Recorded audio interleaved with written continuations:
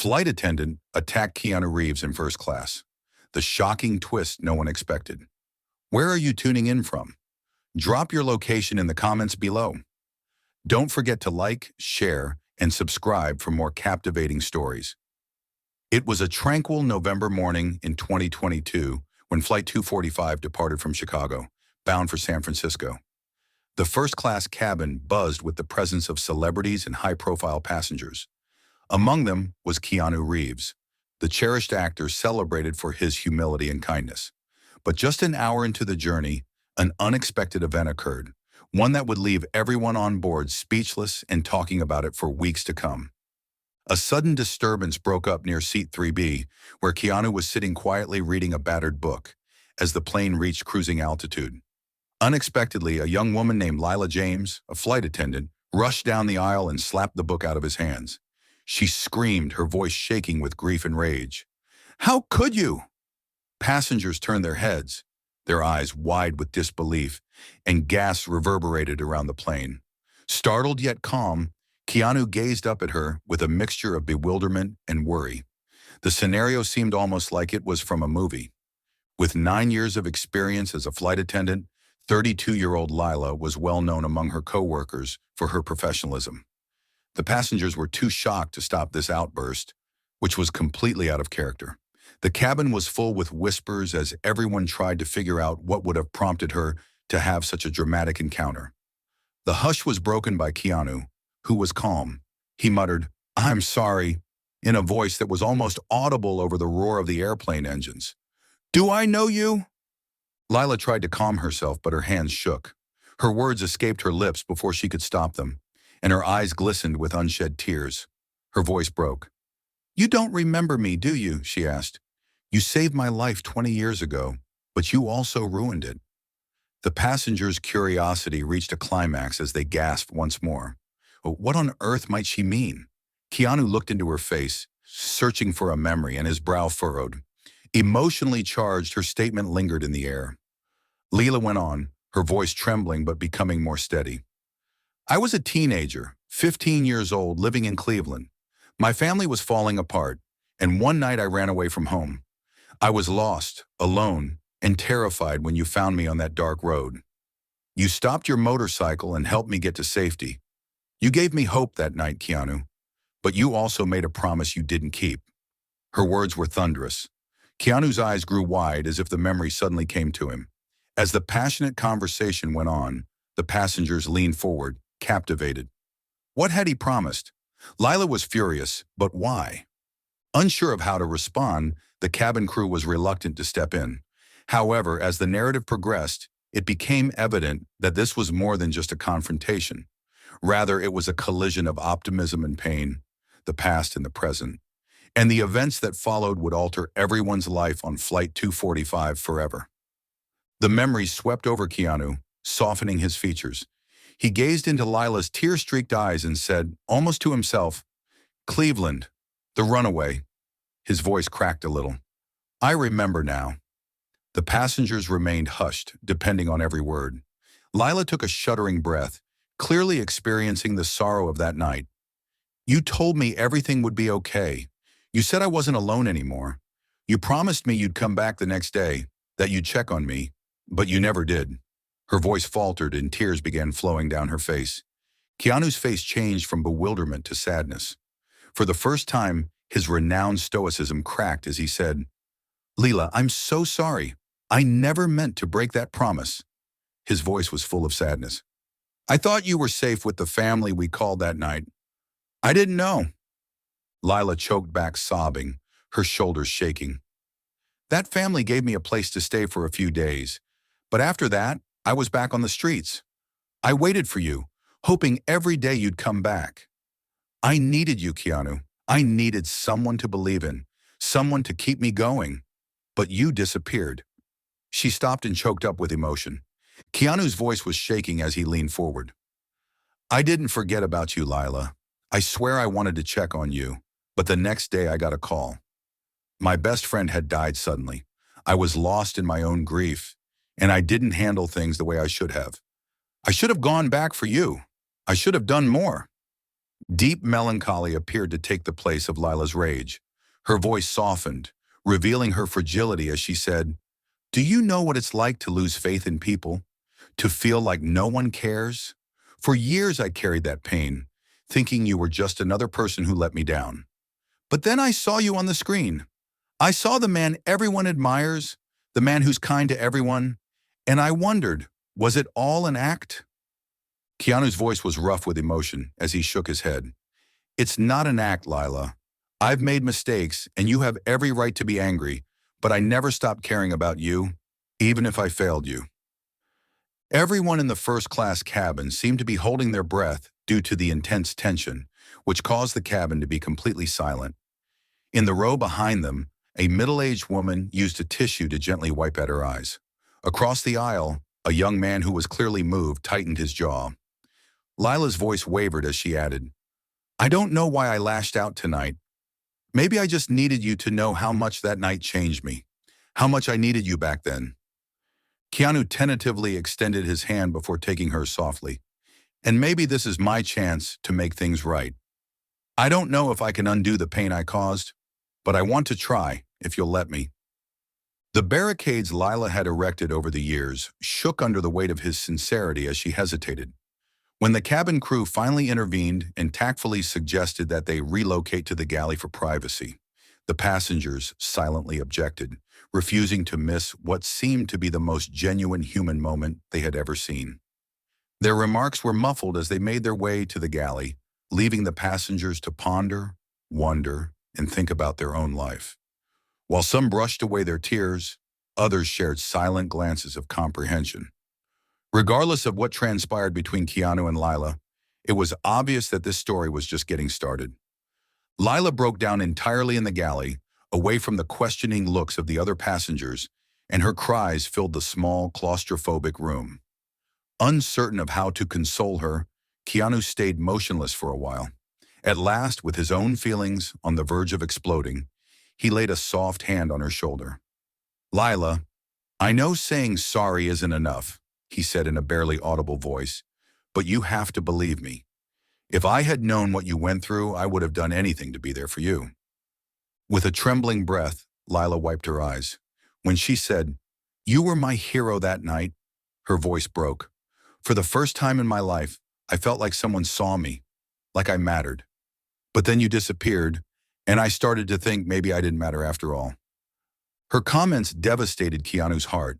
With a guilty expression on his face, he leaned against the counter and ran a hand through his hair. "Lila, you did matter. You still do. And I know I failed you, but I want to make it right. Please, let me try." She gazed at him, looking for any hint of dishonesty in his expression. She saw only remorse and a silent, frantic hope. "Why now?" she said in a whisper. "Why do you care after all these years?" Keanu continued, even if his voice wavered. "Because you're not the only one who's felt abandoned. After I lost my friend, I felt like the world was nothing but pain. But meeting you that night gave me purpose. It reminded me that even in my darkest moments, I could still help someone. I didn't realize how much you'd been holding on to until now, and I hate that my actions hurt you. Please, Lila, let me make it right. Let me help you heal." With new tears streaming down her cheeks, Lila shook her head. "You can't undo the years I spent feeling lost.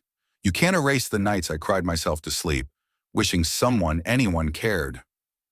Keanu took a step forward, his voice steady yet passionate. "You're right. I can't change the past, but maybe we can change the future. You don't have to carry this alone anymore. Lila, I'm here now." Her rage subsided for the first time and was replaced by something brittle but optimistic. The honesty in his eyes was evident, but she wasn't sure if she could trust him again. "How?" she said in a whisper. "How can you possibly make it right?" After a moment of hesitation, Keanu made a silent vow that would alter everything. "Come to Chicago. Let me help you rebuild what was lost. Whatever you need, support, resources, someone to talk to, I'll be there. You're not alone anymore, Lila. Not this time." As his words set in, she felt her breath catch. There was a part of her that wanted to believe him, a tiny shattered part that still longed for the kindness he'd showed her all those years ago.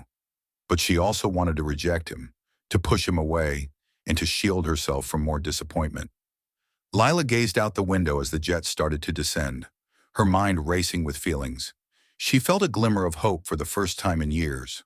For Sarah, Keanu, and the lives that had just collided in the most unexpected way, the narrative was far from over.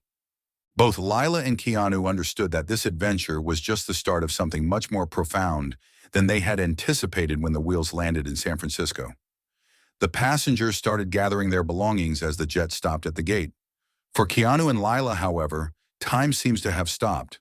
The guy who had become a symbol of goodwill to millions of people, but had unwittingly left her with a wound that had never healed, was the embodiment of the once distant memories that had tormented her.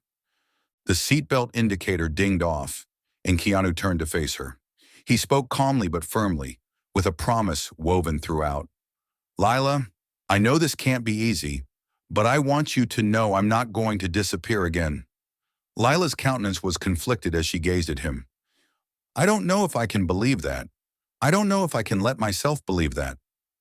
Keanu nodded, realizing how deeply she was hurt. You don't have to trust me today or even tomorrow, but I'll earn it, whatever it takes. Keanu and Lila waited in the galley as the passengers streamed out of the plane, many of them glancing at them with curiosity. Sarah, a fellow flight attendant who had been observing from a distance, slowly made her approach. She touched Lila's arm tenderly. Her eyes flitted to Keanu with a mix of recognition and worry, and she whispered, Are you okay? Lila forced a feeble smile. Sarah gave them room by stepping back and nodding, saying, I'm figuring it out. With a final sigh, Lila turned to face Keanu. You're right. I don't have to decide today, but I'm not the girl you met all those years ago. I built walls to protect myself, and I don't know if I can just let them fall. There was a hint of grief in Keanu's eyes as his face softened. I wouldn't expect you to, but maybe we can start small. A conversation, coffee, anything. Lila's co-workers watched with silent interest as they got off the plane together. As though realizing that something significant was happening, some muttered and others smiled knowingly. Keanu paused outside the terminal, hands in his pockets, and turned to face Lila. Lila paused before asking, Where are you staying tonight?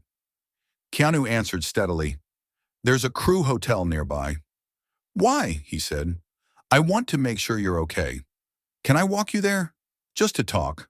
No pressure, no expectations. With her barrier still firmly in place, Lila gazed at him, her heart aching from the tiniest glimmer of trust, something she hadn't felt in years. At last, she gave a nod. Okay, just to talk. Their discourse veered between the past and the present as they stepped outside into the chilly San Francisco evening. Lila discovered that she was talking freely about her hardships, her victories, and the path that had brought her to that point. Keanu listened carefully, adoration and guilt mixed together on his face. His words were calm. You're stronger than you know, he murmured. Lila chuckled sourly and shook her head, saying, To have gone through all that and still stand here today, I'm in awe of you. Keanu turned to face her with a sudden passion and said, I don't feel strong. I feel broken most days. Lila, broken pieces can still make something beautiful, maybe even stronger than before. You just have to believe that. Her eyes filled with tears once more, but they weren't just from agony. There was something about his words and his presence that soothed her wounded spirit. Whispering, I don't know if I can, she said. Keanu responded, Then let me help you, with a calm, quiet voice and a fixed look. You gave me a second chance when you let me explain tonight. Let me do the same for you. Lila took a while to react because her heart was tugging her in ways she hadn't let herself go in years, and her mind was racing. However, she paused and turned to face him as they arrived at the hotel entrance. When she finally answered, I'll think about it. Her tone was timid but hopeful. Keanu gave me a soft smile, the kind of smile that gave me comfort. That's all I can ask for. Both of them realized that their narrative was far from over as they said their goodbyes that evening. It was just the start of a journey that could eventually bring them both the love and peace they had been longing for, mend old wounds, and create new relationships. Lila's thoughts were racing that night as she lay in the quiet seclusion of her hotel room. Her barriers were brittle, her emotions were raw, and she was plagued by the memory of Keanu's kind, remorseful gaze. She gazed at the ceiling as she relived her adolescent years, the chilly evenings, the deserted streets, and the brief sense of security his voice had given her.